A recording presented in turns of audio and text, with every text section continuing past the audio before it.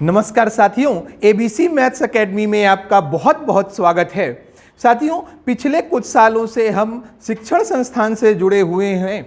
इसमें बहुत सारे बच्चों की क्वेरी आती है कि मैथ्स में ना उनका बेसिक बहुत ही डाउन है, मतलब बहुत प्रॉब्लम होती है बेसिक स्टार्टिंग में, कैसे सॉल्व किया जाए, कैसे अप्रोच की जाए।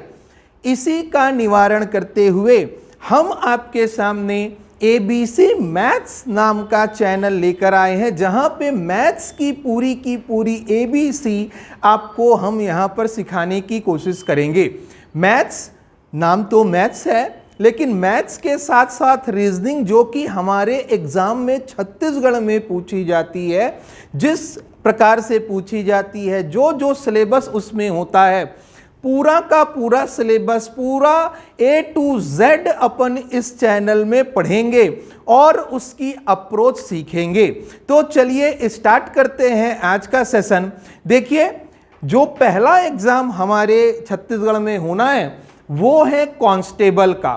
तो कांस्टेबल में जो रीजनिंग आ रही है, उसकी रीजनिंग की प्रैक्टिस हम आपको यहाँ पे करवा रहे हैं। लेकिन याद रखिएगा, ऐसा नहीं है कि सिर्फ कांस्टेबल में आना है। जो आमीन होगा दिसंबर में, उसमें भी रीजनिंग आएगी, तो सेम पैटर्न पे क्वेश्चन तो पूछे वहां पे ही जाएंगे। तो इसकी क्यों ना तैयारी आज से ही शुरू की जाए। तो चलिए स्टार्ट करते हैं। और क्या है? कथन एवं तर्क। देखिए, ये जो क्वेश्चन है बहुत बच्चों को परेशान करते हैं। क्यों? क्योंकि हम इसका अप्रोच तो नहीं समझ पाते कि इसे अप्रोच कैसे करना है, लेकिन सॉल्व सब करके आते हैं। तो ABCD में सारे बच्चे अपनी मार्किंग करते हैं और इस पे क्वेश्चन बहुत सारे गलत हो जाते हैं। तो आज हम इसकी सीखेंगे कि कैसे इनको अप्रोच करना है। चलिए देखिए, स्टेटमेंट के ना ये 4-5 टॉपिक आपको मिलते हैं। 5 टॉपिक ये हो गए, एक टॉपिक और डिस्कस करेंगे। तो स्टेटमेंट मतलब होता क्या है सर? कथन। स्टेटमेंट मतलब कथन है। और जो आज का पहला टॉपिक है वो है स्टेटमेंट एंड आर्ग्यूमेंट्स। आर्ग्यूमेंट्स मतलब होता है तर्क। समझेंगे क्या होता है ये, पर थोड़ा सा देख लें स्टेटमेंट के साथ कौन कौन से चैप्टर पूछे जाते हैं। स्टेटमेंट एंड आर्ग्यूमेंट्स, कथन एवं तर्क, कथन एवं पूर्व धारणा, इसको कहते हैं अजम्पशन को पूर्व धारणा। अगला है कथन एवं निष्कर्ष, कॉन्क्लूजन, कथन एवं कोर्स ऑफ एक्शन और कॉज एंड इफेक्ट। ये 5 टॉपिक हैं बेसिकली जो आपके एग्जाम में पूछे जाते हैं। और एक ट्रेंडिंग टॉपिक है बहुत इंपॉर्टेंट, वो है असर्शन एंड रीजन। आपने देखा होगा, इससे बहुत क्वेश्चन पूछ रहा है। असर्शन एंड रीजन मतलब क्या होता है? कथन एवं कारण। तो इसको भी अपन करेंगे इसी क्या क्लास में, मतलब आने वाली क्लास में। आज अपन स्टार्ट कर रहे हैं क्या? आर्ग्यूमेंट्स को, कथन एवं तर्क को। इसे बिल्कुल भी लीनियंट लेके छोड़ना नहीं है। आप याद रखिए कि इसमें कम से कम आपके जो कांस्टेबल वाले एग्जाम हैं उसमें 5 क्वेश्चन इस टॉपिक से पूछे ही जाएंगे, कम से कम 5। तो चलिए शुरुआत करते हैं। क्या होता है स्टेटमेंट एंड आर्ग्यूमेंट? तो देखो क्या होता है ये चैप्टर में। स्टेटमेंट ना, स्टेटमेंट मतलब कथन, हमने बताया। तो कोई कथन दिया जाता है आपको, कोई कथन दिया जाता है और इसके साथ में 2 तर्क होते हैं, तर्क 1, तर्क 2। तर्क एक प्रायः होता है हां का और ये होता है नहीं का। मतलब क्या है सर? मतलब क्या है? देखो बताते हैं, एग्जाम्पल लेते हैं कि कथन कहता है कि क्या रात में 10 बजे के बाद शहरों में घूमने पर पाबंदी लगा देनी चाहिए। यह कथन है। कथन क्या है? क्या 10 बजे के बाद रात्रि में घूमने पर पाबंदी लगा देनी चाहिए। अब 2 तर्क हैं। हाँ और नहीं के। अब आप इमोशनल नहीं होना, सर हमको तो 10 बजे के बाद ही घूमना होता है, और घूमने पर पाबंदी कैसे लगा सकता है कोई भी, क्योंकि ये घूमना या विचरण तो हमारा क्या है, संवैधानिक अधिकार है, संविधान में प्रदत्त अधिकार है। तो इससे आपको बिल्कुल भी नहीं, ऐसे नहीं लगाना। क्या करना है, इमोशनल नहीं होना। इसका सीधा मतलब ये है, हाँ और ना तो ठीक है, लेकिन इसका कारण क्या दिया गया है ये आपको देखना है। जहां पे कारण सूटेबल हो उसको आपको मार्क करना है। जैसे कथन तो वही है, 10 बजे के बाद क्या पाबंदी लगा देनी चाहिए, क्यों हां कह रहा है, हां क्योंकि रात को घूमना अच्छी बात नहीं है। कारण दिया है हां, क्योंकि रात को घूमना अच्छी बात नहीं है, अच्छे लोग रात को नहीं घूमते। दूसरा, नहीं, किसी पर भी पाबंदी लगाना उसके अधिकारों का हनन करना है। तो आप क्या ये मार्क करोगे, हां क्योंकि रात को अच्छे लोग नहीं घूमते इसलिए पाबंदी लगा दो, नहीं। आप क्या करोगे, नहीं। क्यों नहीं, इसका कारण क्या था, नहीं इसलिए नहीं मार्क किया क्योंकि भाई हमको लग रहा है कि नहीं होना चाहिए, नहीं, इसका कारण के कारण मार्क किया, क्या कि अधिकारों का हनन होगा यदि आपने पाबंदी लगाई तो। चलो इसी को हम चेंज करते हैं थोड़ा सिचुएशन। कथन वही है अभी भी कि क्या 10 बजे के बाद रात्रि में शहरों में पाबंदी लगा देनी चाहिए घूमने पर। तो अब है हां, लेकिन हां और नहीं से मतलब नहीं है, कारण से मतलब है। कारण ये कहता है हां क्योंकि पिछले कुछ दिनों में शहरों में वारदातों की प्रक्रिया बढ़ गई है, वारदातों की घटनाओं की वारदात जो है उनमें तेजी आई है, और जो कि रात्रि में ही घटित हो रही हैं। बिल्कुल हो सकता है, नहीं, चोर उचक्कों से कोई मतलब नहीं है, हर कोई अपने इच्छा अनुसार घूम सकता है। अब बताओ क्या ये स्ट्रांग है, ये ठोस है, नहीं, नहीं भाई, चोर उचक्कों से किसी को कोई दिक्कत नहीं होनी चाहिए, हमको तो घूमना है भाई, ये अब सही नहीं रहा। अब ये क्योंकि कारण ना थोड़ा अटपटा था, अब ये कारण सही नहीं है। अब क्या सही है, पाबंदी लगानी चाहिए, कुछ समय के लिए पाबंदी लगा दो। क्यों, क्योंकि कारण ये कह रहा है क्योंकि पिछले कुछ दिनों में वृद्धि हुई है घटनाओं में, जहां पर चोर उचक्के क्या कर रहे हैं, पीछा कर रहे हैं या घटनाओं को अंजाम दे रहे हैं। तो अब हम क्या लगाएंगे, कथन वही है, अब यहां पे हां सही हुआ, पिछले में नहीं सही था, तो वो इसके कारण सही गलत नहीं हो रहा। सही और गलत किसके कारण हो रहा है, यहां जो रीजन दिया गया है। तो आपको रीजन पढ़ना है, इमोशनल नहीं हो जाना बिल्कुल भी कि सर नहीं पाबंदी कैसे लगा सकते हो घूमने पर। तो आपको ना इसको पहले कारण पढ़ लेना है।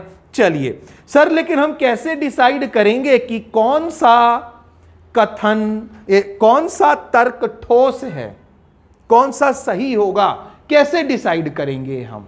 तो इसके लिए कुछ हम आपको कमजोर तर्क और ठोस तर्क का कंपैरिजन करके लाए हैं कि कौन से तर्क में कौन सा वर्ड यूज हुआ वो ठोस होगा और कौन सा कमजोर। मतलब मान लीजिए कि तर्क में दिया है सार्वभौमिक तर्क, सार्वभौमिक मतलब जो कि एकदम सत्य ही है, जैसे पिछले ही ले लिया तो हां बिल्कुल पाबंदी लगा देनी चाहिए क्योंकि रात को पिछले कुछ दिनों से चोर चक्के घूम रहे हैं और उन्होंने उनके द्वारा किए गए वारदातों पर, घटनाओं पर तेजी से वृद्धि हुई है।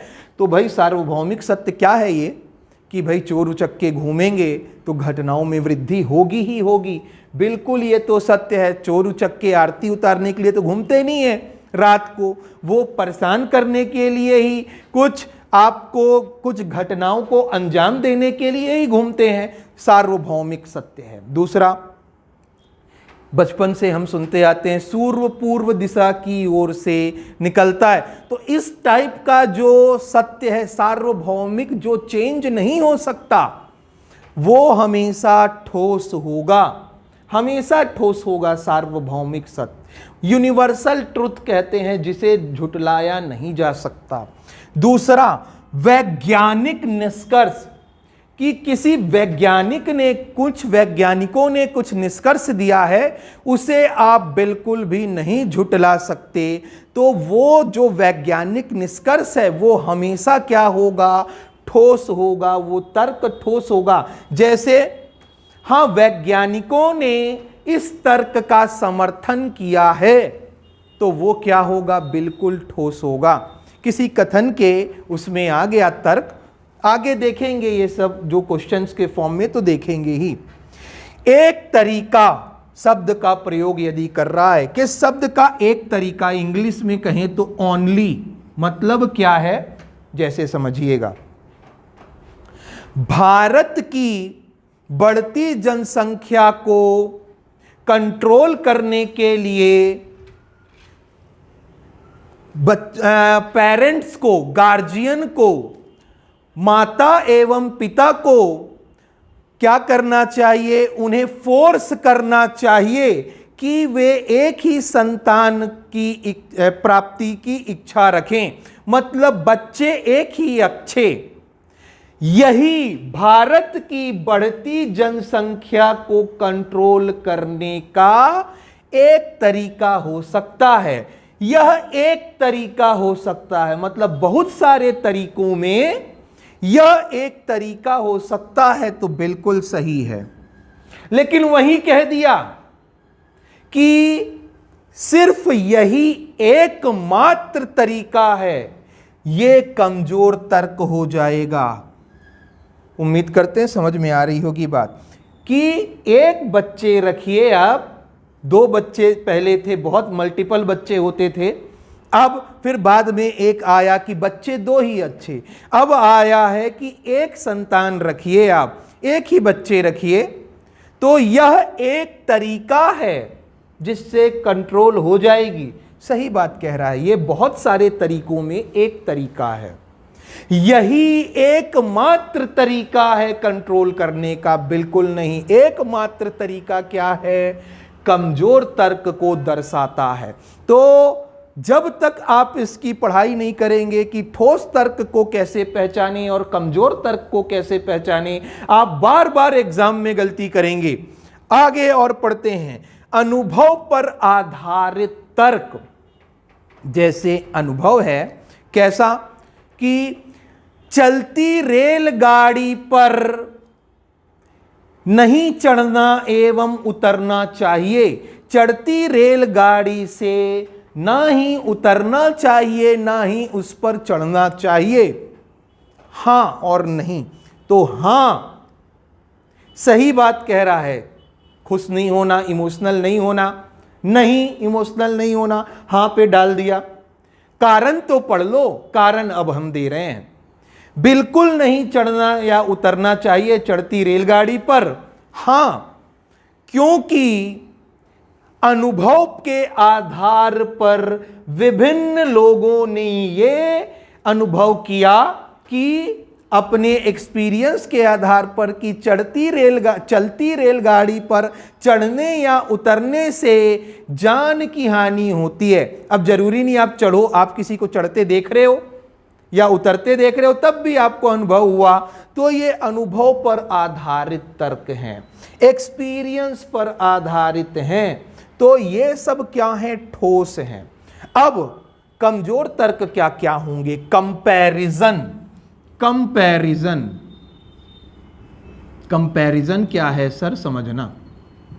अब देखो कंपैरिजन कैसे होता है डेली लाइफ में। एक मां कहती है अपने बच्चे से कि 12th का एग्जाम तो इस बार बहुत सरल आया था, आपने 99% स्कोर क्यों नहीं किया, आपकी गलती है, तुम्हारी गलती है। तो क्या मां सही कह रही है? तर्क क्या है इस पे? हां और ना।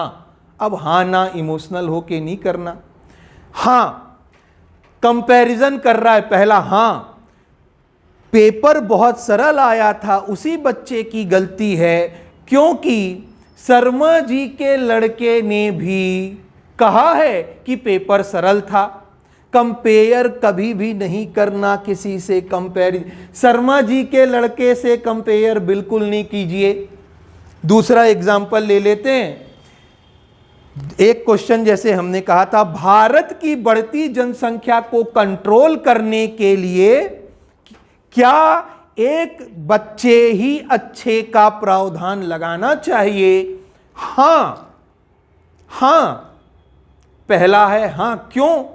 यही बढ़ती जनसंख्या को रोकने का एकमात्र तरीका है। हमने कहा एकमात्र तरीका गलत होगा, तो आप उसको गलत कर दोगे। हां को गलत करोगे कि नहीं, ये बताओ। एकमात्र तरीका है बोल रहा है कि बढ़ती जनसंख्या को कंट्रोल करने का वही एकमात्र तरीका है। गलत हो गया सर। नहीं, नहीं। अब इसके आगे तर्क दे रहे हैं, आप सभी सोचिए। नहीं, ऐसी व्यवस्था विश्व का कोई अन्य देश नहीं अपनाता। तो कारण क्या दिया कि कंपेयर कर दिया कि विश्व का कोई देश नहीं अपना रहा। अरे कोई दूसरा नहीं अपना रहा, हम तो अपना सकते हैं भाई। हमको दूसरे से कंपैरिजन नहीं करना, हमको अपनी व्यवस्था देखनी है, अपनी ज्योग्राफिकल वैल्यू देखनी है, अपना लैंड मास देखना है, अपनी पॉपुलेशन देखनी है कि हमारे पास तो जमीन इतनी है, पॉपुलेशन भी इतनी बढ़ते जा रही है, पर दूसरे के पास ऐसी समस्या नहीं है। तो हमको किसी दूसरे से कंपेयर नहीं करना। दोनों गलत हो गए। तो क्या बात समझ में आई? कभी भी कंपैरिजन करना क्या होगा? कमजोर तर्क को दर्शाएगा। आगे एकमात्र तरीका तो हमने कहा ओनली वे कहते हैं। Only way. चलो, भ्रामक तर्क हैं जो भ्रामक रूप से भ्रांतियां फैला रहे हैं, ये तो निगेटिव ही होते हैं, कमजोर ही होते हैं। आप सभी को पता है, भ्रामक तर्क पर विश्वास कभी भी नहीं किया जाता। नेक्स्ट, राय पर आधारित। देखो दोनों में बहुत अंतर है। अनुभव पर आधारित और राय पर आधारित। राय अब सही भी हो सकती है और गलत भी हो सकती है, लेकिन अनुभव है वो प्रत्यक्ष फर्स्ट हैंड है। मतलब जैसे हमको अनुभव हुआ तो हम बताएंगे, लेकिन राय है तो कोई भ्रामक राय हुई तो वो कोई दे रहा है, उसको हमने एक्सेप्ट किया, किसी दूसरे को अपनी राय बताई, तो पूरा का पूरा जो राय है वो पहले आदमी से लास्ट आदमी तक चेंज हो गई। लेकिन अनुभव जो है वो फर्स्ट हैंड ट्रांसमिशन होता है।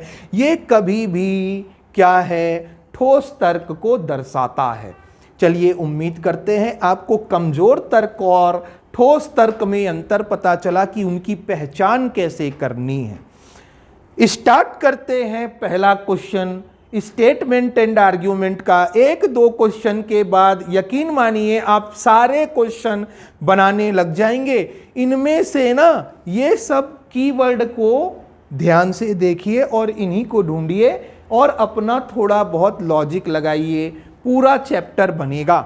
चलिए स्टार्ट करते हैं। पहला क्वेश्चन, कथन, क्या कॉलेज विश्वविद्यालय में छात्रों का संघ होना चाहिए? कह रहा है, कथन कहता है कि क्या छात्रों का संघ होना चाहिए क्या? तो देखो, नहीं। अब पहले बोला है इमोशनल नहीं होना। हां और नहीं, डायरेक्ट आंसर मार्क नहीं करना। पहले पढ़ तो लो। यहां हां सेकंड में दिया है, नहीं फर्स्ट में दिया है। चलिए आगे बढ़ते हैं, पढ़ते हैं क्या कहता है भाई। क्या कॉलेज विश्वविद्यालयों में छात्रों का वो होना चाहिए, संघ होना चाहिए कि नहीं होना चाहिए? तो वो कहता है नहीं, इससे परिसर में एक राजनैतिक माहौल बनेगा। नहीं, परिसर में ना एक राजनैतिक माहौल बनेगा, ये कह रहा है। चलो देखो ये कॉलेज है, इसमें संघ होना चाहिए कि नहीं? विद्यार्थियों का कौन सा संघ? राजनैतिक संघ, छात्रों का संघ होना चाहिए कि नहीं? तो बच्चे कॉलेज पढ़ने जाते हैं और परिसर में जब आप संघ बनाएंगे तो बिल्कुल एक राजनीतिक माहौल बनेगा। सही तो कह रहा है, बिल्कुल सही कह रहा है, सही कह रहा है। क्यों? क्योंकि ये अनुभव पर आधारित है। हमने देखा है कि राजनीतिक माहौल बनता है, छात्रों में 2 गुट 3 गुट की आपस में लड़ाई होती है। बिल्कुल ये हमने देखा। ये किस पर आधारित है? अनुभव पर आधारित है। तो सही बात कह रहा है। अब एक सही हो गया तो दूसरा गलत है, ये नहीं मानना। बार बार हम कह रहे हैं, बिल्कुल ये नहीं मानना। दोनों तर्क पढ़ लो। हाँ, अब हाँ से मतलब नहीं है, आगे पढ़िए।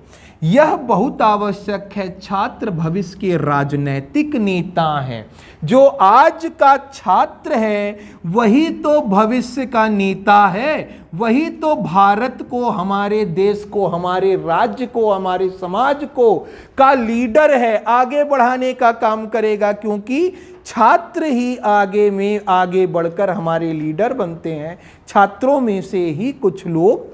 तो बिल्कुल सही बात कह रहा है कि भविष्य के राजनीतिक नेता हैं और उनकी ट्रेनिंग तो बचपन से होनी चाहिए। दोनों ऑप्शन सही है, ध्यान से देखिए। तो क्या आएगा? यदि ए और दो दोनों मजबूत हैं, यही हमने कहा। ध्यान से पढ़िएगा क्वेश्चन को और अपने जो भी कीवर्ड दिया है उसका इस्तेमाल कीजिए। कभी भी कथन का वो नहीं करना, अपोज नहीं करना, कथन का अपोज नहीं करना। कथन को हमेशा सत्य मानना है। चलिए नेक्स्ट क्वेश्चन। क्या स्कूलों में मोबाइल फोन की अनुमति होनी चाहिए? अब आपके हां और ना से मतलब नहीं है बाबू, आपके हां ना से मतलब नहीं है। हमको ये बताओ, क्या ये कथन जो दिया है उसमें ये तर्क और हां ना से मतलब नहीं, इसका कारण देखो, क्या ये कारण फॉलो कर रहा है? तो चलिए आगे बढ़िए, देखिए क्या कहता है। हां, इनका उपयोग शैक्षिक उद्देश्यों के लिए किया जा सकता है। बिल्कुल सही बात है कि बच्चा जो जा रहा है अपने शैक्षिक उद्देश्यों को पूरा करने के लिए मोबाइल फ़ोन का प्रयोग करेगा, इंटरनेट से कुछ निकालेगा, नोट्स निकालेगा, उनको समझेगा और बारीकी से देखकर अपना माइंड डेवलप करेगा। तो बिल्कुल शैक्षिक उद्देश्यों के लिए इनका उपयोग किया जा सकता है। कि इनका मोबाइल फ़ोन का तो अनुमति होनी चाहिए। अनुमति बिल्कुल, आप एकदम ऐसा अवॉइड नहीं कर सकते, बैन नहीं कर सकते कि बच्चा फिर कैसे करेगा बताओ।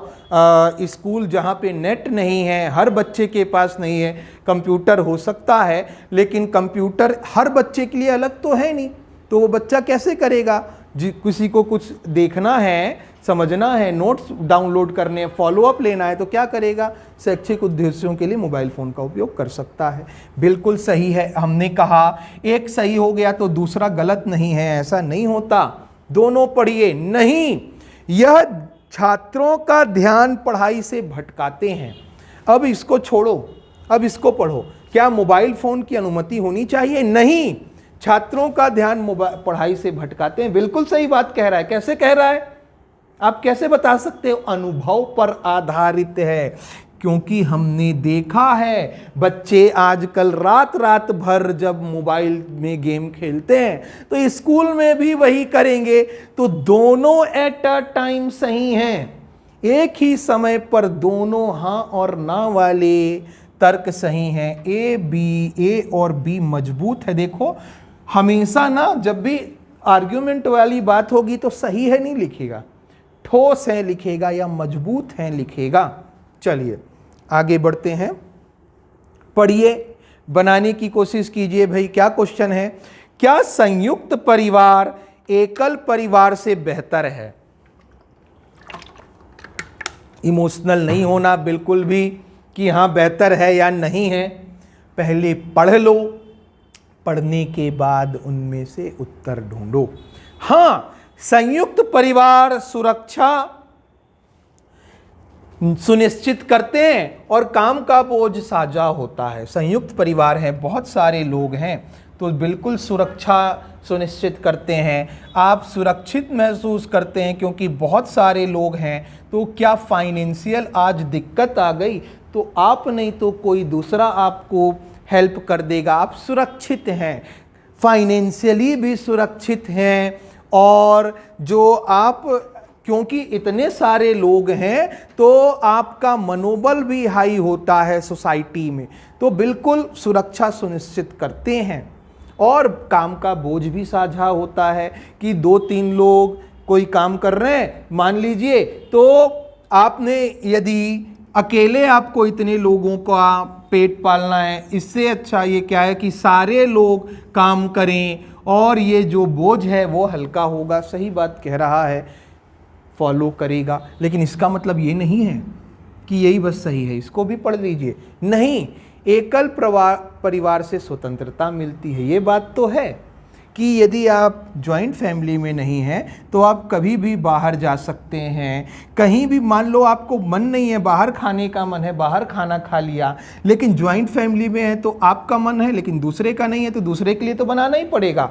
तो स्वतंत्रता मिलती है, ये भी बात सही है। कैसे बता रहे हो सर आप? अनुभव पर आधारित हैं। तो ये सिर्फ तर्क किस पर आधारित हैं? अनुभव पर।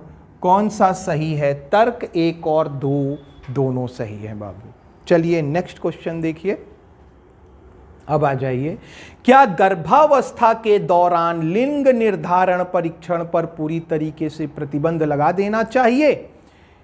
एक तर्क है, कथन है, इमोशनल नहीं होना बाबू। फिर से बार बार कह रहे हैं, क्या कह रहा है? कोई लेडी है, गर्भावस्था में है, उस पे भ्रूण परीक्षण का जो लिंग निर्धारण का जो परीक्षण है उस पर प्रतिबंध पूरी तरीके से लगा देना चाहिए। दोनों पढ़ना है। हाँ, अब देखो, हो सकता है बहुत घटिया तर्क दिया हो। हाँ, इससे मादा भ्रूण की हत्या होती है। बिल्कुल होती है, हमने देखा है, क्योंकि अभी की बात नहीं है, लेकिन आज से 5 साल 10 साल पहले की बात करें, अभी तो खैर बहुत समाज में जागरूकता आ गई है, लेकिन हमने देखा है कि लोग क्या करते हैं, भ्रूण हत्या करते हैं, लिंग परीक्षण करा लेते हैं, उसके बाद क्या लड़कों की चाह में, लड़के बच्चे मेल चाइल्ड की चाह में भ्रूण हत्या की जाती है। मादा की जो हत्या की जाती है, भ्रूण की, मादा भ्रूण की हत्या बहुत ज़्यादा आपने देखा होगा राजस्थान में, हरियाणा में, बहुत पहले से जो ये चलते आ रहा है। गांवों से ज़्यादा खासकर शहरों में प्रचलन है। क्यों? क्योंकि गांव वाला व्यक्ति बेचारा गरीब है, वो टेस्ट नहीं कराता। शहर वाले के पास पहले था कि वो टेस्ट करा सकता था, उसके पास ये फैसिलिटी थी, तो वो टेस्ट कराए और मादा भ्रूण निकल गई तो उनकी हत्या कर देता था। तो यही तो लिंग परीक्षण पे इसीलिए तो रोक लगी है और लगाई जानी चाहिए। बिल्कुल सही बात कह रहा है। क्यों है सर ऐसा कि गांव, एक कारण ये भी है कि गांवों में जो फैसिलिटी अवेलेबल नहीं थी तो मेल हो गई या फीमेल हो गई। ऐसा नहीं है कि गांवों में मेल चाइल्ड की इच्छा नहीं होती, वहाँ भी होती है जो हमारा समाज है, लेकिन खासकर हम देखते हैं कि शहरों में जो सेक्स रेशियो है वो उसमें थोड़ा डिफरेंस होता है। क्यों? क्योंकि वो परीक्षण करा लेते थे और उनकी हत्या कर देते थे यदि मादा निकली तो, फीमेल निकली तो इससे क्या होता है? अंततः सामाजिक असंतुलन होता है। बिल्कुल, मादा भ्रूण की अंधाधुंध हत्या होती है और सामाजिक असंतुलन होता है। सही बात कह रहा है। आगे, नहीं, लोगों को उनके अजन्मे बच्चों के बारे में जानने का अधिकार है। बिल्कुल नहीं, ये बिल्कुल सही बात नहीं। क्या कर लोगे जानकर? एक बात सुनिए, समझिएगा कि वेस्ट में, वेस्ट मतलब पश्चिम में, वेस्टर्न वर्ल्ड में, पश्चिमी देशों में ये है कि वो अपने अजन्मे बच्चों का अधिकार जानने का अधिकार रखते हैं। सिर्फ इंडिया में ही ये बैन है और कुछ देशों में, लेकिन वेस्ट में ये ना ऐसा बैन नहीं है, उनके पास अधिकार है। पर ये समझिए वहाँ पर ऐसी हत्या, अंधाधुंध हत्या, भ्रूण हत्या नहीं होती। दूसरी बात, वो डेवलप्ड सोसाइटी हो गई है तो उनको ये डर नहीं है कि सामाजिक असंतुलन होगा, क्योंकि हत्या ही नहीं हो रही, तो वहाँ पर जानने का अधिकार हो सकता है। लेकिन हमारे देश में हम क्या जान कर करेंगे? क्योंकि मान लो मेल चाइल्ड आना है, आप जान गए कि लड़का आने वाला है, तो क्या कर लोगे जानकर? कुछ कर तो पाओगे नहीं, सिर्फ नाम रखने के अलावा। या फिर आप जान गए फीमेल आने वाली है, तो क्या ही कर लोगे? जब उनका जन्म हो जाएगा उसके बाद जान लेना। ये अधिकार ऐसा नहीं है कि ये है भाई, ये कोई ठोस तर्क नहीं हुआ। और दूसरी बात, क्योंकि विदेश में ये जानने का अधिकार है तो हमारे देश में भी लागू करो। कंपैरिजन हम नहीं कर सकते। क्यों कंपैरिजन क्यों नहीं कर सकते? क्योंकि वो अपने जियोग्राफी के आधार पे, अपनी सोसाइटी इकोनॉमिक कंडीशन के आधार पे ये निर्णय लिया है उन्होंने, लेकिन हम नहीं ले सकते क्योंकि हमारी सोसाइटी अभी डेवलपिंग है, इतनी डेवलप्ड हो नहीं गई। तो दूसरे से कंपैरिजन भी नहीं करना, ये गलत होगा। ऑप्शन कौन सा आएगा? ऑप्शन नंबर ए, केवल तर्क एक मजबूत है। नेक्स्ट क्वेश्चन पर, क्या भारत में पॉलीथीन बैग पर प्रतिबंध लगा देना चाहिए, ये कहता है? तो देखिए कह रहा है नहीं, पॉलीथीन बैग बहुत सस्ते होते हैं और बहुत सुविधाजनक होते हैं। तो बहुत सस्ते और सुविधाजनक हैं तो उनका धड़ल्ले से यूज करते जाएं? बिल्कुल नहीं, सही तो है नहीं। अब क्योंकि एक सही नहीं है तो दूसरा सही होगा ये नहीं सोचना, इसको भी पढ़ लो। क्या पता ये भी फुद्दू सा आपको रीजन दिया हो, जैसे कि यहां पे है। हाँ, कई देश यही कर रहे हैं, कई देश कर रहे हैं, तो हम थोड़ी ना करेंगे। कभी भी कंपैरिजन सही नहीं होता, ना ही एक और ना ही दो प्रबल है, दोनों ठोस नहीं है। दोनों ऑप्शन आपके गलत हो गए भाई।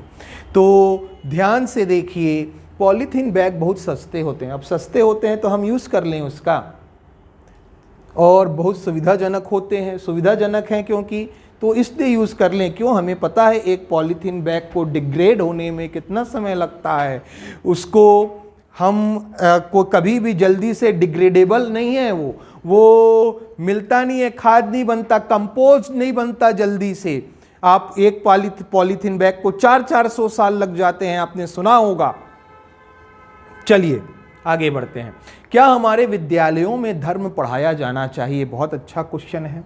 तर्क, नहीं, हमारा धर्म निरपेक्ष राज्य है। क्योंकि धर्म निरपेक्ष राज्य है, सबसे पहली बात, हमारा धर्म निरपेक्ष राज्य नहीं है, पंथ निरपेक्ष राज्य है। पंथ निरपेक्ष, धर्म निरपेक्ष नहीं है, पहली बात तो ये। दूसरा, धर्म निरपेक्ष जो पंथ निरपेक्षता है वो हमें धर्म सीखने से नहीं अलग करती। वो ये कहती है, धर्म मानने से अलग नहीं करती, वो सिर्फ ये कहती है कि राज्य का कोई अपना धर्म नहीं होगा, लोगों को धर्म की शिक्षा नहीं दी जानी चाहिए, ऐसा कहीं नहीं कहा। बिल्कुल ये गलत है। अगला, हाँ, धर्म सिखाने से बच्चों में नैतिक मूल्यों का विकास होता है। बिल्कुल सही कह रहा है ये। हर धर्म तो नैतिक मूल्य की बात करता है, चाहे दुनिया में कोई भी धर्म हो, कोई भी धर्म बना हो, हर धर्म यही कहता है, सर्व धर्म संभाव की बात करता है, नैतिक मूल्यों की बात करता है। और बच्चे जब देखेंगे कि उनकी धार्मिक किताबों में ही ये लिखा गया है तो उन्हें प्रेरणा मिलेगी और उन्हें वो ये सबको फॉलो करेंगे, उनमें नैतिक मूल्यों का विकास होगा। बिल्कुल, सिर्फ कौन सा सही है? दो, तो केवल दो मजबूत है। ऑप्शन नंबर बी इसका राइट आंसर है भाई। चलिए नेक्स्ट क्वेश्चन, क्या बहुत ज्यादा खुले कपड़े पहनने पर प्रतिबंध लगा देना चाहिए? अब कोई एकदम से फिर से इमोशनल नहीं हो जाना भाई, ये सब ऐसी बातें हैं। कोई बोलेगा हाँ भाई सही बात कह रहा है कि बिल्कुल खुला कपड़ा नहीं पहनना चाहिए, कोई बोलेगा भाई हमारी आज़ादी है, हम चाहें जो कर सकते हैं। तो बिल्कुल भी अपनी कारण देखना है, हाँ ना नहीं देखना। कारण देखिए, पहले पढ़िए, क्या बहुत ज्यादा खुले कपड़े पहनने पर प्रतिबंध लगाना चाहिए? हाँ, इससे लोगों में अशांति फैलती है और दुर्व्यवहार होता है। कैसी अशांति भाई? कैसी अशांति फैलती है? और ये कह रहा है बहुत ज़्यादा खुले कपड़े पहनने पर प्रतिबंध लगाना चाहिए। खुले कपड़े तो मेल लोग भी पहनते हैं, तब अशांति नहीं फैलती क्या? मतलब आप ये इनडायरेक्टली बात कर रहे हो कि फीमेल को ज़्यादा नहीं खुला पहनना चाहिए, मेल पहन सकता है, लड़का पहन सकता है, मर्द पहन सकता है, औरत को नहीं पहनने चाहिए। मर्द चाहे तो अपने आराम से बरमुडा में घूम सकता है, लेकिन औरत ने हाफ भी पहन लिया यहां तक तो खुले कपड़े हो गए। ये बहुत ज्यादा खुला हो गया भाई, इतना भी मत पहनो, अशांति फैल रही है, दुर्व्यवहार हो रहा है। और यदि ऐसा सत्य है तो हम आए दिन क्यों देखते हैं कि 80 साल की बूढ़ी महिला के साथ, माँ के साथ, 6 महीने की बच्ची, 2 साल की बच्ची के साथ दुर्व्यवहार हो रहा है? तो खुले कपड़े के कारण तो नहीं हो रहा, ये गलत है। कैसे आपने जाना? ज्यादातर जो है, हम कहां से जानेंगे? अपनी ये जो ठोस में लास्ट वाला था ना, अनुभव पर आधारित में आपको समझ में आएगा। अधिकतर जो है यहां से सही होता है। चलिए नेक्स्ट देखिए, अभी एक ही पढ़ा था अपन ने, देखो अब फिर से ना 2 चीज किया करो, पहले इसको पढ़ा करो फिर इसको पढ़ो। क्या बहुत ज्यादा खुले कपड़े पहनने पर प्रतिबंध लगा देना चाहिए? हाँ, इससे लोगों में अशांति फैलती है और दुर्व्यवहार होता है। नहीं, हमने बताया। फिर से इसको पढ़ो, क्या बहुत ज्यादा खुले कपड़े पहनने पर प्रतिबंध लगा देना चाहिए? नहीं, अपनी पसंद के कपड़े पहनना व्यक्ति का मौलिक अधिकार है। सही बात तो कह रहा है, हर व्यक्ति का अपना मौलिक अधिकार है कि वह अपने हिसाब से कपड़े पहने। तो आंसर कौन सा आएगा? ऑप्शन नंबर 2 इसका राइट आंसर है। केवल बी प्रबल है, सॉरी 2 प्रबल है, 2 ठोस है। आगे, क्या भारत में भविष्य में माता पिता को वर्तमान में 2 या कई बच्चों के मुकाबले 1 के लिए ही बाध्य किया जाना चाहिए? बाध्य कह रहा है, बाध्य किया जाना चाहिए क्या? कि भविष्य में ना जो पेरेंट्स हैं वो 2 बच्चों की जगह 1 बच्चे ही पैदा करें, इसके लिए क्या बाध्य किया जाना चाहिए? सर हमको बाध्य मत करो, इमोशनल नहीं होना, पहले पढ़ लो क्या कह रहा है, पढ़िए। हाँ, भारत की सदैव बढ़ती रहने वाली जनसंख्या को नियंत्रित करने का यही एकमात्र तरीका है। एकमात्र तरीका कुछ भी नहीं होता बाबू, हमने बताया है। एक तरीका कहता ना तो हो सकता था, सही हो सकता था। एकमात्र तरीका कभी भी सही नहीं होगा। आंसर गलत है। नहीं, इस तरह की दबाव जो डाल रहे हो आप, बाध्य कर रहे हो, इस प्रकार की युक्ति विश्व में कोई देश नहीं अपनाता, विश्व का कोई देश नहीं अपना रहा, तो हम भी ना अपनाएं क्या? गलत क्यों भाई, हम तो अपना सकते हैं। कंपैरिजन सही नहीं होता, कंपैरिजन कमजोर तर्क होता है। याद रखिए, कंपैरिजन कभी भी नहीं करना। क्यों नहीं करना भाई? मान लो हम बात करें चाइना की, चाइना का लैंड मास इतना बड़ा तो चाइना है ये, और भारत तो इसके सामने इतना छोटा है। अब इसकी जितनी जनसंख्या है उतनी हमारी है, रिसोर्सेज इसके पास ज्यादा, हमारे पास नहीं है उतने ज्यादा। तो जो ये नीति अपना रहा है क्या वही अपनाएं हम, तभी हमारी कंट्रोल होगी? नहीं, हमको दूसरे देशों से अलग सोचना पड़ेगा। हमारी भौगोलिक स्थिति अलग है, हमारा लैंड मास अलग है, लैंड मास मतलब भूभाग अलग है, हमारे लोगों की सोचने की क्षमता अलग है, बच्चों की चाह अलग है, मेल चाइल्ड की चाह अलग है कि सबको लड़के ही चाहिए। एक नहीं हुआ, दूसरा नहीं हुआ, तीसरा नहीं हुआ, चौथे, पांचवे, छठे, के बाद भी ट्राई करते हैं कि कहीं से मेल चाइल्ड हो जाए। तो इसी से तो जनसंख्या बढ़ रही है और ये देश कोई नहीं अपना रहा, तो हम भी ना अपनाएं, ऐसा सही नहीं है। तो कभी भी हाँ या ना में आप उत्तर नहीं देंगे, आपको देखना है कारण। कोई बच्चा होता वो कहता बाध्य किया जाना चाहिए, नहीं भाई ये गलत है, ऐसा नहीं होना चाहिए, पर यहाँ पे देखिए दोनों गलत हैं। चलिए नेक्स्ट क्वेश्चन अब पढ़ो। कथन ये है, यहां से स्टार्ट है, तर्क ये दो हैं। समान वर्ग फुट क्षेत्रफल वाले सभी अपार्टमेंटों की तुलना में अधिकांश ऊंची ऊंची अपार्टमेंट इमारतों में छठी मंजिल के ऊपर अपार्टमेंट का किराया अधिक होता है। क्या कह रहा है? देखो ये एक अपार्टमेंट हुआ, ये दो हुआ, ये दोनों समान हैं, लेकिन ये जो तीसरा अपार्टमेंट है ना, उसमें भी ये फ्लोर के ऊपर छठवां फ्लोर है, इसके ऊपर का किराया ज़्यादा है, रेंट ज़्यादा है। ऐसा होता है क्या सर? अक्सर तो ग्राउंड फ्लोर तरफ का रेंट ज़्यादा होता है, ऊपर का किराया कम होते जाता है। पर कथन का विरोध नहीं करना, ये कह रहा है तो मान लेते हैं। पर क्यों ऐसा है उसका तर्क है। ऊंची मंजिलों पर रहना अधिक जोखिम भरा है, यहां पर रहोगे तो जोखिम ज़्यादा है, क्योंकि वहां लिफ्टों पर निर्भरता नीचे की तुलना में अधिक हो जाती है, जबकि निचली मंजिल पर आप लिफ्ट से नहीं जाते, आप सीढ़ी से जाते हो। सीढ़ी से जाते हो ना, इसलिए जोखिम नहीं है। हाँ जोखिम तो नहीं है, ऊपर वाले में जोखिम ज़्यादा है, और क्योंकि जोखिम ज़्यादा है इसलिए किराया अधिक है। जोखिम ज़्यादा किराया ज़्यादा, जोखिम कम किराया कम, ऐसा है क्या? नहीं, ये तर्क गलत है, गलत तर्क है, सही नहीं है। भाई जोखिम ज़्यादा तो किराया कम, जोखिम कम तो किराया ज़्यादा, ये सही नहीं है।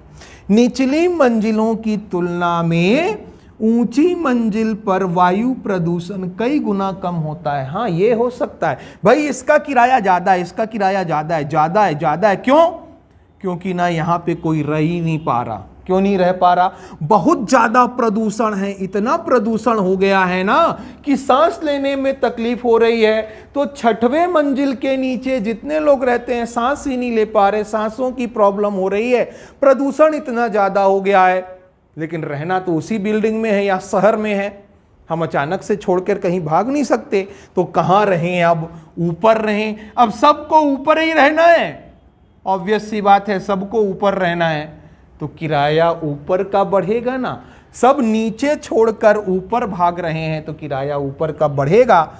सही बात तो कह रहा है, ऑप्शन नंबर बी सही है, 2 सही है। कथन 2 तर्क का समर्थन नहीं करता, ऐसा लिखा है।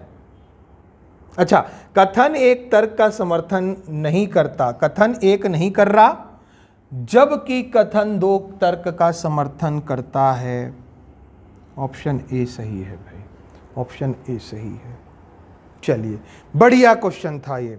नेक्स्ट क्वेश्चन देखिए। चलो कथन क्या है?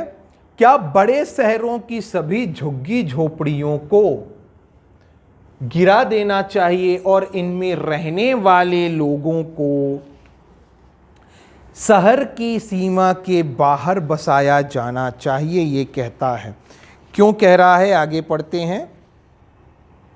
हाँ भाई, नहीं, ऐसे सब लोगों के घर और जीविका नष्ट हो जाएंगे। देखो कह रहा है क्या, ये अवैध कॉलोनी है, अवैध कॉलोनी है। जो झुग्गी झोपड़ियाँ होती है ना, अवैध ही होती हैं, क्योंकि सिटी के एकदम बीच में होती हैं, सेंटर में होती हैं।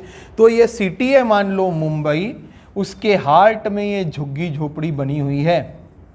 अब यहाँ पे क्योंकि अवैध है तो इनको हटाओ हटाओ हटाओ कह रहा है। सीमा के बाहर बसा दो, शहर के बाहर बसा दो ना, आप इनको ऐसा भेज फेंक मत दो, इनके लिए कोई अल्टरनेट उपाय करो, लेकिन शहर की सीमा के बाहर कर दो, ये कह रहा है। नहीं, ऐसे सब लोगों के घर और जीविका नष्ट हो जाएंगी, इसलिए नई जगह नहीं बसाया जाना चाहिए। बिल्कुल यहीं क्यों बसे हैं आप सोचिए। यहीं पर झुग्गी झोपड़ी वाले क्यों बसे हैं, जहाँ पर एकदम कचरा है, नाली है, वहीं पे सब लोग रह रहे हैं, रेल के किनारे गंदगी है, क्यों रह रहे होंगे।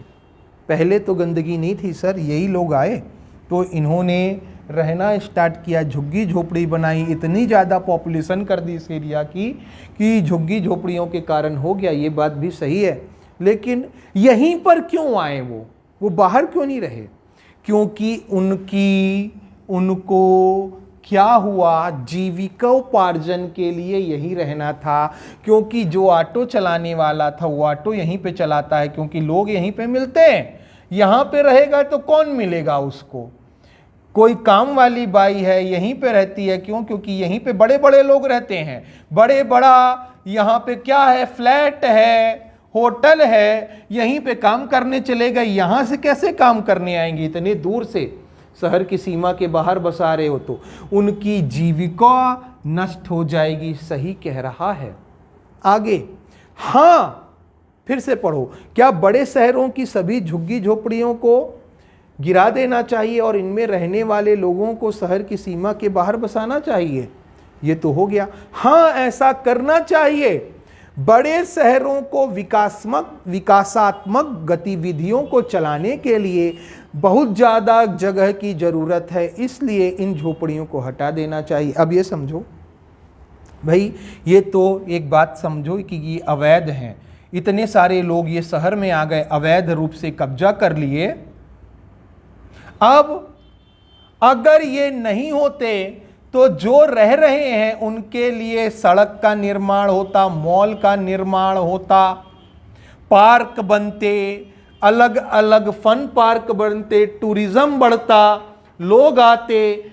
अगर इनको सीमा के बाहर बसाया गया तो इनका भी तो जीविकोपार्जन बढ़ेगा ना।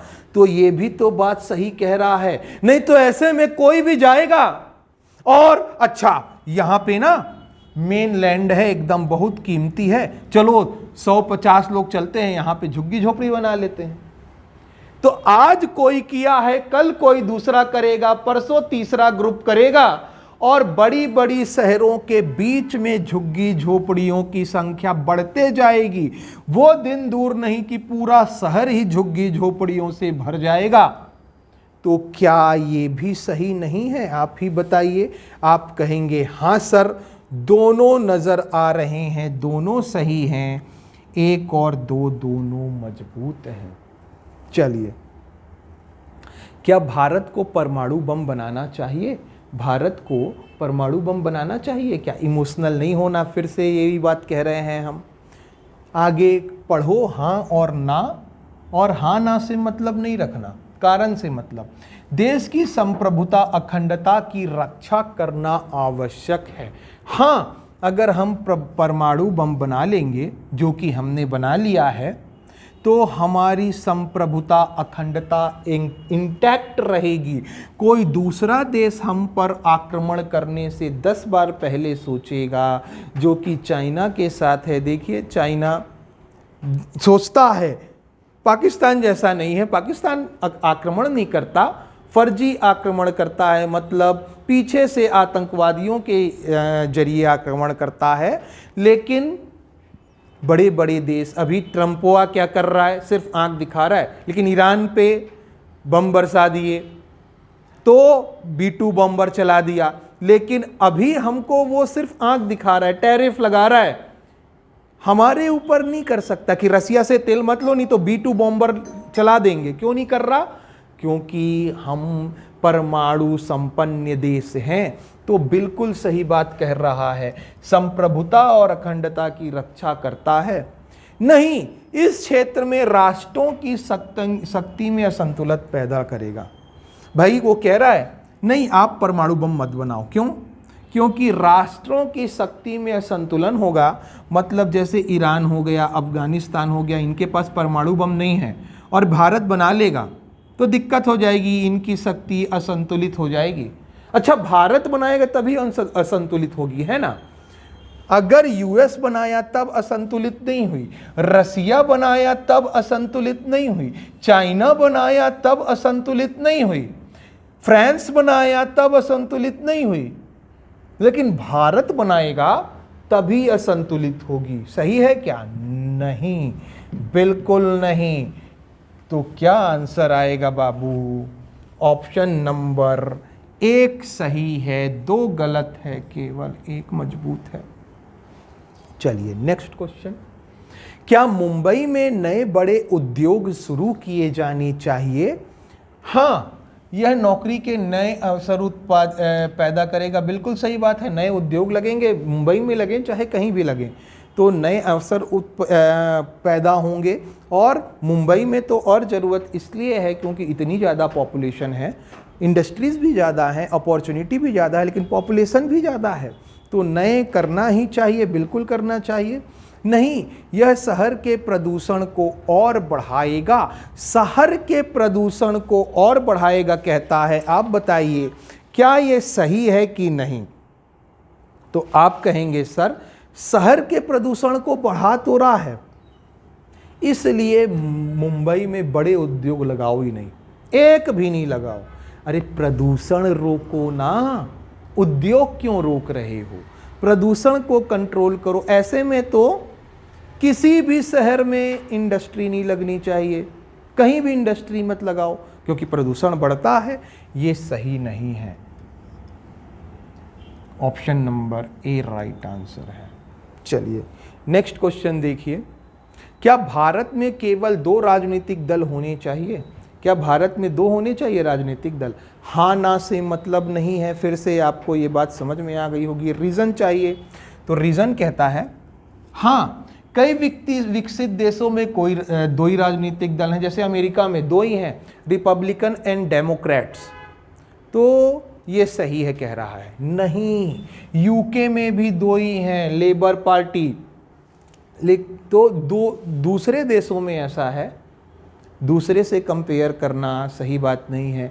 हमारी डिमांड अलग है भाई, हमारे लोग अलग हैं, हमारा संविधान अलग है, और संविधान हमें इजाज़त देता है, तो ये अलग है भारत, बाकियों से कंपैरिजन हम नहीं करेंगे। नहीं, भारतीय मतदाता केवल 2 राजनीतिक दलों के बीच चयन करने के लिए परिपक्व नहीं है। इसलिए क्या कह रहा है? क्या भारत में केवल 2 राजनीतिक दल होने चाहिए? नहीं, नहीं होने चाहिए, 2 नहीं होने चाहिए कह रहा है। क्या भारत में केवल 2 राजनीतिक दल होने चाहिए? नहीं, भारत में 2 नहीं होने चाहिए। क्यों नहीं होने चाहिए? क्योंकि 2 राजनीतिक दलों में भारत की जनता चयन नहीं कर पाएगी, परिपक्व नहीं है। अरे ये तो उल्टा बोल रहा है। अगर 10 ठोक राजनीतिक पार्टी हो गई तब चयन करने में दिक्कत होती है। 2 में क्या चयन करना? या तो इसको चूज करो या इसको चूज करो। 10 ठोक में चयन करने में, परिपक्वता में दिक्कत आती है ना। ये तो उल्टा कह रहा है कि 2 राजनीतिक दल होने चाहिए क्या? नहीं। क्यों नहीं होने चाहिए? भारतीय मतदाता केवल 2 राजनीतिक दलों के बीच चयन करने के लिए परिपक्व नहीं है। ये तो अतार्किक हो गया, इलॉजिकल हो गया, लॉजिक की बात ही नहीं है। यदि ये कहता 100 राजनीतिक दलों के बीच चयन करने के लिए परिपक्व नहीं है तो मान सकते थे कि बहुत सारी राजनीतिक पार्टियां हैं, कैसे चयन करें, ये अच्छा किए, लेकिन 2 में चयन। और हम जानते हैं कि भारत की जनता बहुत सारे पार्टियों में चयन करने में परिपक्व है। ये भी गलत है, दोनों गलत हैं बाबू। ना तो एक और ना ही 2 मजबूत हैं। ऑप्शन नंबर डी इसका राइट आंसर है। चलिए नेक्स्ट देखिएगा। नेक्स्ट क्वेश्चन पढ़िए, क्या क्वेश्चन कहता है?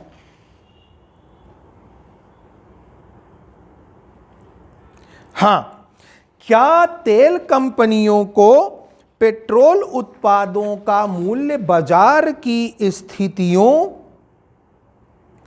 के आधार पर तय करने की अनुमति देनी चाहिए? क्या कह रहा है?